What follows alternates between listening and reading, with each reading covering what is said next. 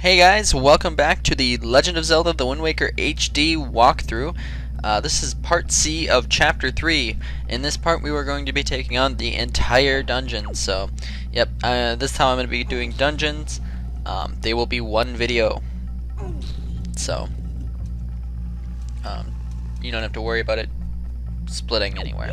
So in this first room, head to the left statue, pull it back, and then pull the center one to the left.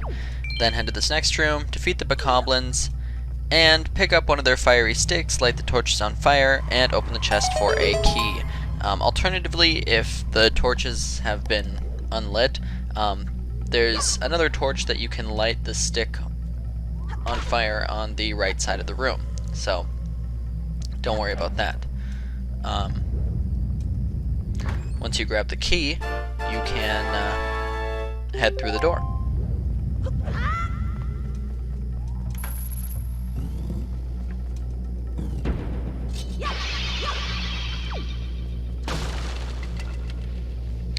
In here, you can just use your sword and smash through the wood, and then as you can see, there's another locked door straight off to our left, so we're going to have to pass that up for now until we get a key. Just keep following the wooden path, hop across, then you're going to want to hop down and pull the block out, then you can hop back up on the block and jump across to the right side. Keep following the path here and jump across, making sure you time it so that you don't get hit by the fire.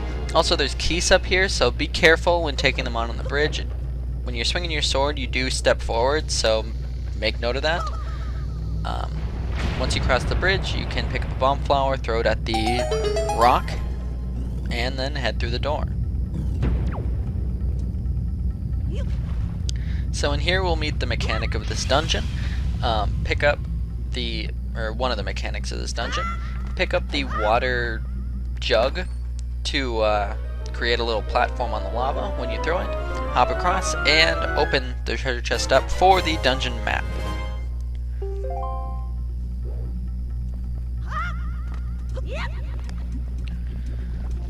Then jump back on your platform and jump over to the left side, where at the top of these steps we'll meet a red choo-choo. I don't even know if it's possible to get to the top before he jumps at you, because I've never been able to do it. So I would suggest just waiting at the bottom or climbing up a little bit and then waiting for him to jump down, because he will eventually jump down.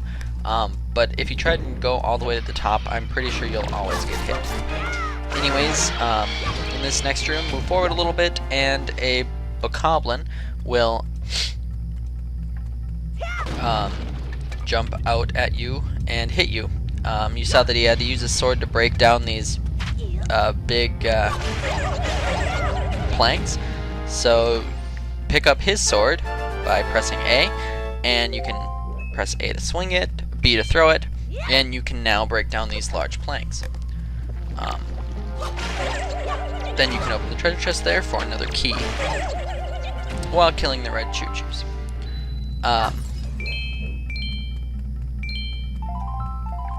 Sometimes enemies will drop this, I guess it's like a little emblem thing that you can hit, and you'll usually get more spoil items out of it. Anyways, head through the door, pick up a rock, and you want to toss it at the bomb flowers that are on the wall so that they blow up the rock that's in your way. And now we're back in this main room again, so we can use the key on the door that we saw earlier. So head in here. On your right, there's a treasure chest back there, but we can't get that yet, so remember this spot for later because we'll be coming back. One thing I wanted to show off, that you can parry the choo-choo's jumps, so make note of that. Then you want to smash the boards on the left side, and we need to get to the right side. So pick up the stick that the bokoblin was holding, light it on fire, and then light the large boards on fire, step on the switch, and go through the door. So this part, I cut here, and it's a pretty obvious cut. I kept falling off. What you want to do is walk along the bridge and then target him and use a jump attack at the end. I kept rolling, and if you just roll, you'll just roll off. So there's also a new enemy, a Kargarok. I think that's what they're called. Up here somewhere, so you'll hear it making a weird noise, like a bird noise. And you see it's perched there. It takes 2 hits to defeat with your sword right now, and try and kill it so that when you knock it back, it dies over land, because it has a spoil item that we want and is able to get it. These are golden feathers. We're going to want 20 of them in this game for a side quest. So if you can't get any in this dungeon, because I know the Kargaroks are hard to defeat without knocking them over the ledge, so like you can't pick them up obviously if they're knocked over the ledge. So don't worry about it. We'll be able to get a lot of them in the next chapter. So don't worry if you can't get any now. It's just nice to have some. Or it's nice to get some now. Anyways, head over, sidle over across to the other platform where the big rock is, and then you want to move the stick towards the little ledge there so that you can jump and grab onto it and kind of shimmy across, and then hop up onto the higher ledge, grab the bomb flower, and throw it at the rock. Then you can jump down and head to the door that appears. In here there's a bit of a block puzzle, although it's not that much. Push or pull the middle block out, and then either the left or the right side pull one of those blocks out. Then you can climb up. So either way is fine. Up here there's going to be rats in this room, and the best way to deal with rats, you can kill them, but they'll just keep reappearing. So if you haven't bought some bait, you'll just kind of have to deal with the rats. Otherwise, you can put bait near their hole and they'll try to sell you potions. So if you think you'll need some potion, then go ahead and buy some, although I prefer to save my rupees for more important side quests. But they'll sell you red potion or blue potion. You definitely don't need the blue potion at this point, so don't bother buying that. And then the King of Red Lions will talk to you and tell you exactly what I just said. So just use bait and they won't bother you anymore. And they'll sell you potion if you need it. But like I said, definitely don't buy the blue potion. It's not worth it at this point in the game because you don't even have magic yet. So then you can pull the block out and hop up. Open this treasure chest for the compass. Ah, thought it was gonna be a key, didn't you? Nope, the key is on the other side of the room. So now break the pots, pick up the stick, light it on fire, and then you want to throw it across the room. And yes, Link can make this throw. I screwed up like I had been this entire chapter, but luckily they give you 2 tries, so it's not a big deal if you screw up the first throw. And if you screw up both of them, you can jump down and pick up your sticks and then climb back up with them. It's not a huge deal either. Anyways, go after you burn down the large planks. You can go and grab your key, and then go to the other side of the room and go through the door. Now we'll be outside again. So hop up here, you'll see there's another Kargarok and another locked door. The Kargarok is actually sitting on the key that we need, so you can go over there and hit him, and then you'll pick up the key. And like I said, if you want to kill this guy, try and kill him over land so that his spoil item, the golden feather, will drop on land. Otherwise, I didn't feel like waiting for him, so I just kind of left him there. You know, live and let live. Oh well, yeah. So I missed him, and then he started to just fly back to his perch. So I was like, nah, I'm not gonna worry about him. This room's gonna be pretty dark, so grab one of these sticks, light it on fire. And in the next room, there's going to be a lot of keys. So try and light the torch as fast as possible, and then try and deal with the keys with your sword. So I didn't go over keys. They're a standard enemy. They're in almost every Zelda game. I don't know if it's pronounced keys or keys. I always call them keys. they're the bat enemies of the game, and they're very annoying. They're found in almost every dungeon, and just around the world in general. So,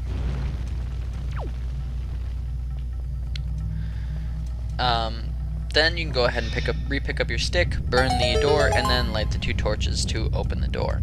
So nothing else in this room, we can head through that door. Now we'll be in the main room, but at a higher level. You can just cross the bridge here. I missed a pot that was on the left side. I didn't miss it intentionally, I just forgot about it. There's a bomb flower on the right side. Use that and you can blow up a rock on top of a pot. This pot is a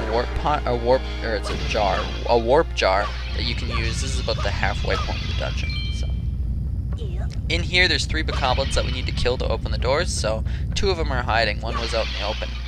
After you kill the first one, jump on the ledge, and the second one's in a pot on the ledge on the left side. So go ahead and kill him. The third one, as you can see, there's a pot on a shelf on the wall, and like we did earlier in the game at Outset Island, you can roll into the wall to reveal it. Again, if they drop the little emblem things, make sure you break those open because they'll probably have joy pendants in them. And we want as many joy pendants as we can get because we're going to want, for sure, 20 of them. 40 of them is ideal because we're going to need 20 more later for a side quest. So keep that in mind. But we'll have a way very soon of getting plenty of them. Also, pick up a stick and light the other torch that's not lit and open this chest for a treasure chart. This is treasure chart number 39, I believe. So that's pretty nice.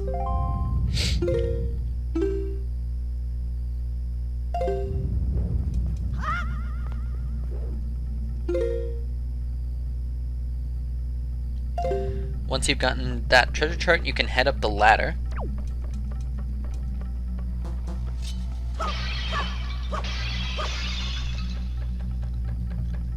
And these pots will have rupees in them. If you're not full, you can hit them, but there is one pot on a shelf that you want to roll into the wall to bring down, because this pot contains a joy pendant. So go ahead and smash that pot open and grab the joy pendant.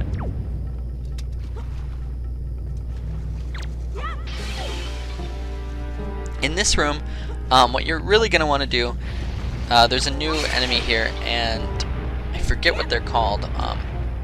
I'll let you guys know in the next chapter, but we'll see them again later on in the game. You can parry their attacks, and that'll instantly kill them.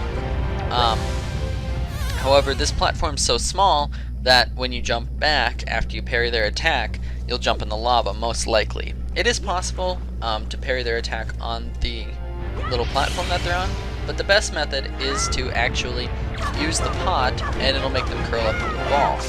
Then you can just slash away at them with your sword while they're curled up into a ball. If you attack their eye straight away without parrying their attack, they'll also turn into this little ball, but they'll bounce backwards, and if they are in their ball form in the lava, they'll just kind of reform into their like snake centipede form. So after you've taken care of that guy, grab the water pot, jump across, and then throw it in the lava where the big lava geyser is, so that you can create a rising platform. So in here, on the other side, is the boss door, and but we can't get over there quite yet. So on the right side of the room, there's a bomb flower. Pick it up and bomb the rock that's on the left side, and that will reveal the final warp pot. Like I said, I missed the middle one. But this warp pot will actually be important, so make sure you get this one.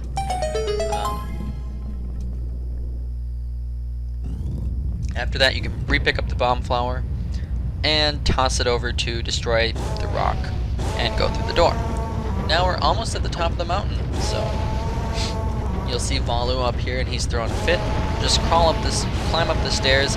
These are stairs I don't think you can roll up, so I wouldn't try it because they're falling behind you. Then you can head through here and you'll see they've got Medley in prison. So we have 2 green bokoblins to take care of.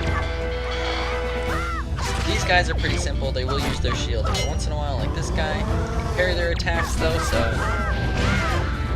they're kind of pushovers. So this is the mid boss of this dungeon. So after you kill both those, a Cargarok will come by and drop down a Moblin. Yes, these guys that we met in the Forsaken Fortress. So these guys are a bit tougher. I dodged him and wanted to grab the Joy Pendant.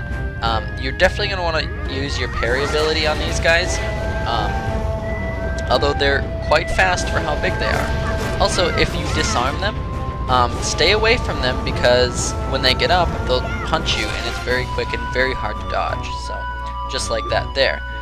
You saw I was kind of backed up a little bit because he used his quick punch attack. So even while doing a jump attack, they can hit you out of the air, and they do quite a bit of damage at this point in the game, for how little hearts you have. So be careful, just keep parrying their attacks, and stay patient with them. Once you've killed him, you can hit his little emblem thing, and you can grab their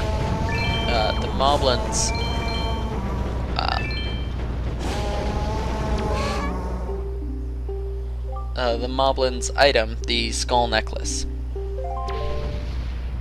Their spoil item. Sorry, I forgot the word for a second.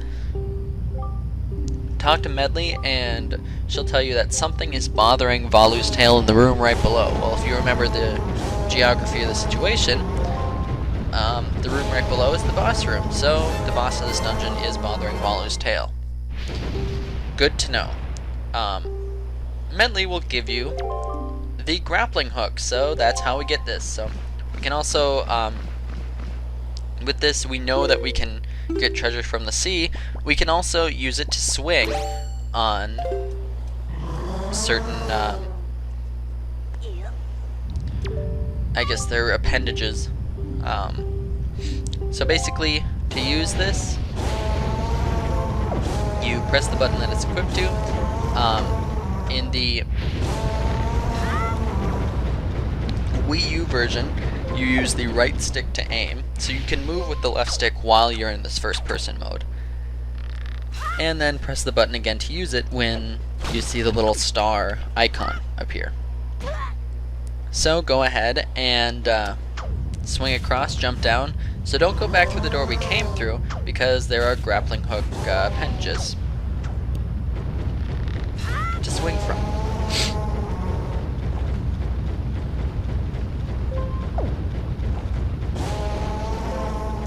So keep swinging from these until you get down to the, well, down the path to the next door, and then go in the next door. So we can't go to the boss quite yet because we don't have the big key.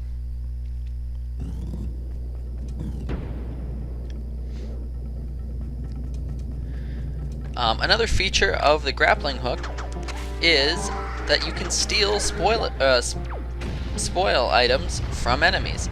So it'll stun a lot of enemies, but like these bokoblins here, you'll see that one jumps out at you. Also, I showed it on the first one. The second one I accidentally killed, but you can use it, and you'll get a guaranteed Joy Pendant. So this is a really important item for side quests. Actually, it's kind of cool. It's like a steal command in a Zelda game. So what you want to do then, after you defeat both the bokoblins in this room to reveal a chest, is cut the ropes. The chest contains a Joy Pendant, which is pretty nice because, like I said, we're going to need quite a few of them.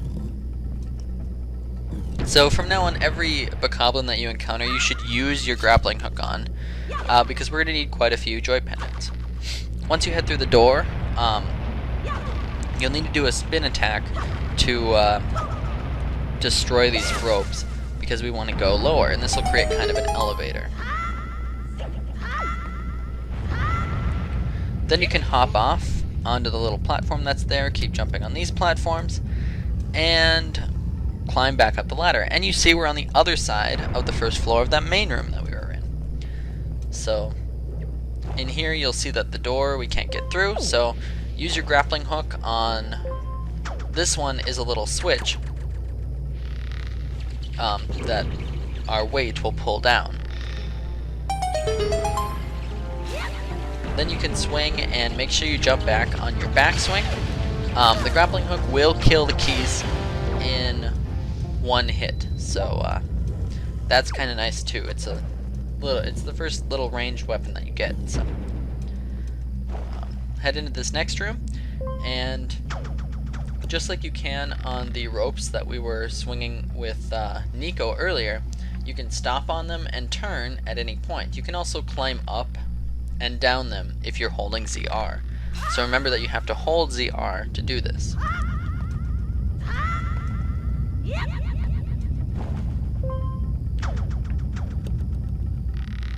So once you make your way through these platforms and grappling across, you'll come to the room with the big key in it. So in here you'll see that the chest is covered in fire, and there's another one of these fire centipede guys. Use your grappling hook on his eye or your sword to stun him, and he'll turn into a ball. Then you can pick him up and drop him on the switch. If you just tried to step on the switch, the fire would keep coming back after you stepped off. Then you can open the chest for the big key. So now we're ready to head to the boss, pretty much. There's one thing we want to do, but we're gonna head back to the boss room anyways and use that warp jar. So head back out now. After we get the big key, there are fire keys waiting for you. Fire keys will do more damage than regular keys, and that's about it. So you see them mostly in fire areas like this one. We won't see them too much.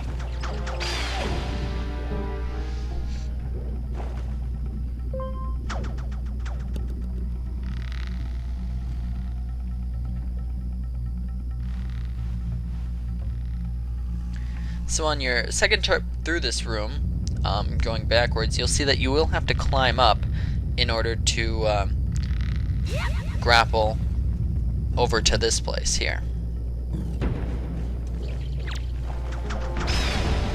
Now we're going to use the elevator we created when we came through here before. Like I said, there's more fire keys in this room too. They're kind of all over the dungeon now that you got the big key. So you can hop down and make it to that platform as long as you roll first, and then jump back to the platforms, and the fire geyser will take you right back up. So we can head right back to the pre-boss room. Now we're back in the room with the two bokoblins, except we're on the bottom. So now what we have to do is pick up one of the water jars, throw it where the fire geyser is on the other side, and then we can ride the geyser up.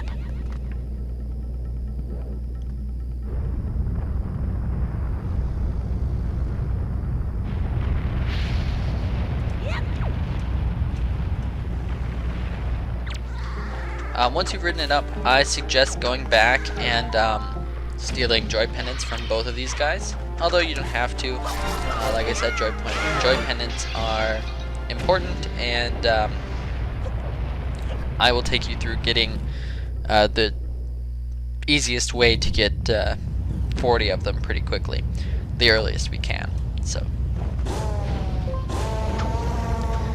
back here we're going to have to grapple back up, so just a little bit of backtracking. The fire keys, I think, were there to shake things up so that it wasn't a complete backtrack.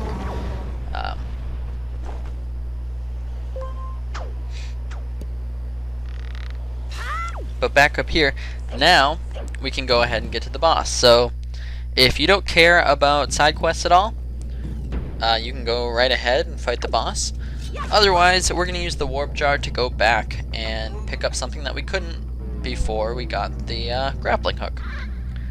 So head in the warp jar, and this will take you back to the first room. I suggest using your grappling hook on these guys to grab their joy pendants. and then head through the door. Once here, head to the left, and remember this room where I said there was a treasure chest? Yeah, well now we have the grappling hook, we can get across. Also, you saw there that I used the grappling hook on the red choo-choos. You can do that too, and grab their spoiled chew jelly. So grab the other side, use your sword to break this down, and open the chest for treasure chart number 11. So yeah, this is a special secret treasure chart that is in the dungeon. The reward is well worth it for backtracking just a little bit. So now we're ready to take on the boss. We've gotten almost all the treasure chests in the dungeon except for one that's right before the boss room. So head back to the warp pot in the first room. I suggest stealing the joy pendants again from these guys.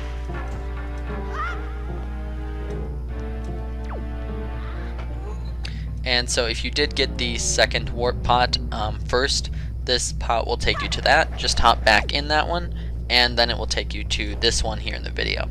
Because I didn't get it, I just went straight to this one. Now with the grappling hook, we can grapple across.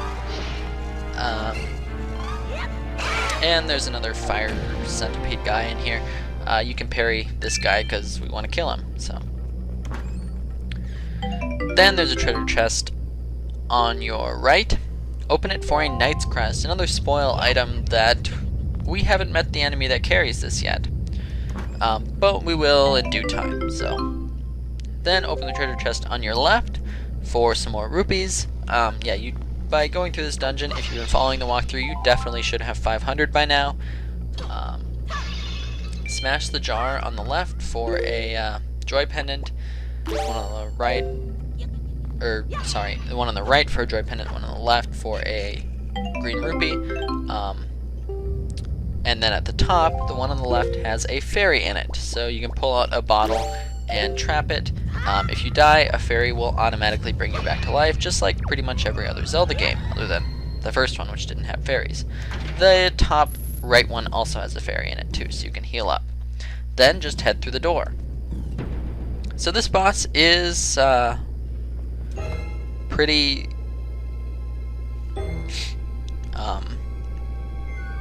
easy, like a first boss should, although I guess he could be kind of a pushover. You'll see how easily I can deal with him. But this boss is Goma. So he's really only got 3 attacks. So, but you do fight him in 2 stages of a fight. In the first stage, basically all he'll do is try and hit you with his claws. This fight is a lot easier actually if you have the Wii U gamepad, because you can use the gyroscope controls to control your grappling hook, which I think is a bit more precise. But anyways, what you want to do is wait for him to attack you, and you get a couple seconds then to aim your grappling hook. You want to then aim your grappling hook at Valu's tail, which you can then soar across to the other side of the room. Sometimes you'll be able to get on top of his, or on top of these little platforms, and that's always nice because then Goma can't get you. So if you do make it on top of the platform, you've basically rigged the fight. So once you are able to snag Valu's tail, it might take a little while, you have to be kind of patient. Just soar across and hop off, and the rock underneath Valu will fall down, which will start to crack Goma's shell. Continue doing this 2 more times, and Goma's shell will come completely off. So more tips, the second attack that Goma has when he lifts up Valu's rock there is some little bits of fiery rock will come flying, and they can hit you. So keep that in mind. but you can just kind of sit there and wait for Balu's tail to come back down. So that's why this boss is kind of a walk in the park. Because if you make it to the ledge, Goma cannot hit you, and although the fire rocks can hit you if you're on the ledge. So keep that in mind. Once you do it the third time, Goma's shell will come off completely, and now we get to start wailing on his eye.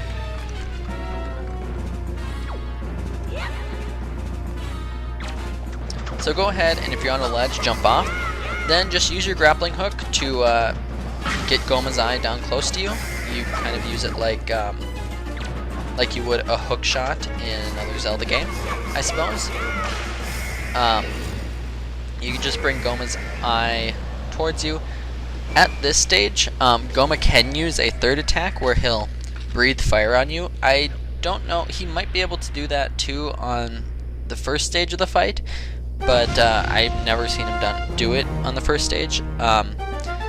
If he does do this, basically just use your grappling hook, and you'll pull him back and stun him out of using that attack. So he'll basically put his claws on both sides of you so you can't escape, and then he'll basically like breathe a huge thing of fire at you. But otherwise, other than that, Goma is not tough. Once you've defeated him, you can probably do it in 2 cycles of sword hits.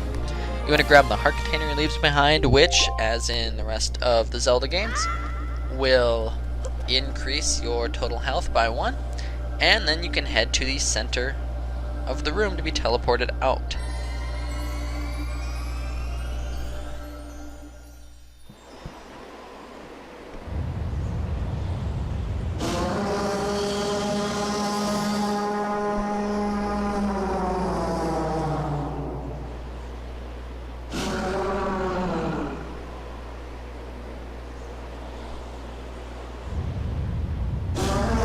Everything will clear up now that you defeated Goma. Balu will be happy again, Kamali will have courage, and yeah, you basically saved the Rito people, even though they told you to just go away and not help them, so whatever, I guess, to each his own. We are not done with this chapter yet, though. There's still one more side quest that we have to complete here. So after this cutscene, do not leave yet. After this cutscene, we will take care of that in this video.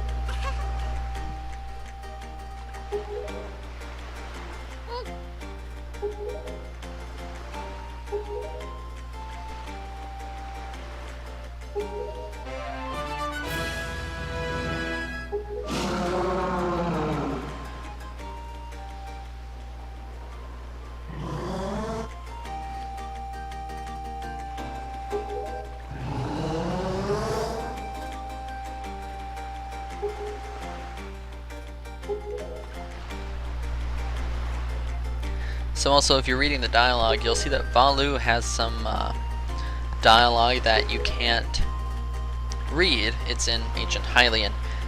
If you're playing this through a second time, so if you beat it the first time, you'll open up a second quest, and you'll be able to play through it with Link's pajama clothes. You'll also be able to read what the Hylian is. Some other characters will also speak in Hylian, so that's something to keep in mind. Something cool. Adds a little bit of replayability. It's nothing, what they say is nothing profound. There's a little bit of spoilers in it, so I'm not going to show them on screen. But yeah, so that's for you guys to discover yourselves. Anyways, they did point you out to a wind god shrine, but we'll do that in the next chapter. For right now, head back up into the Rito's base area, I guess, or their home place. And there's a new guy here at the sorting station. So he's the new part-timer. His name is Beto. He wants you to do the legendary 25-letter sort. So it'll kind of throw you right in there, and I kind of got thrown off by this. I was still able to get 26, so.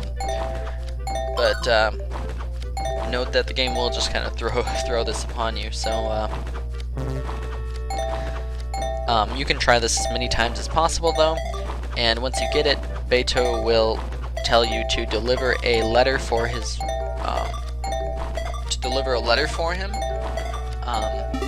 So to give a letter to his mom, and so that's all we can do with this side quest so far. And he says he can't put the letter in there because it's not allowed, which really doesn't make much sense. But anyways, since you have the delivery bag, you can deliver letters now. So basically, you just go up to a post box, select the letter, and give the letter to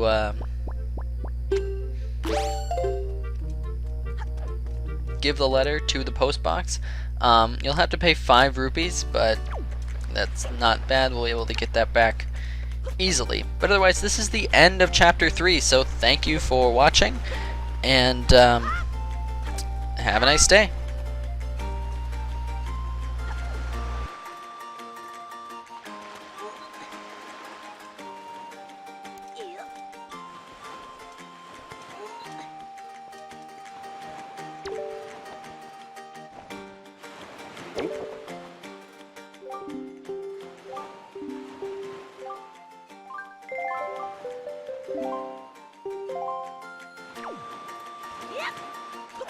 Yep.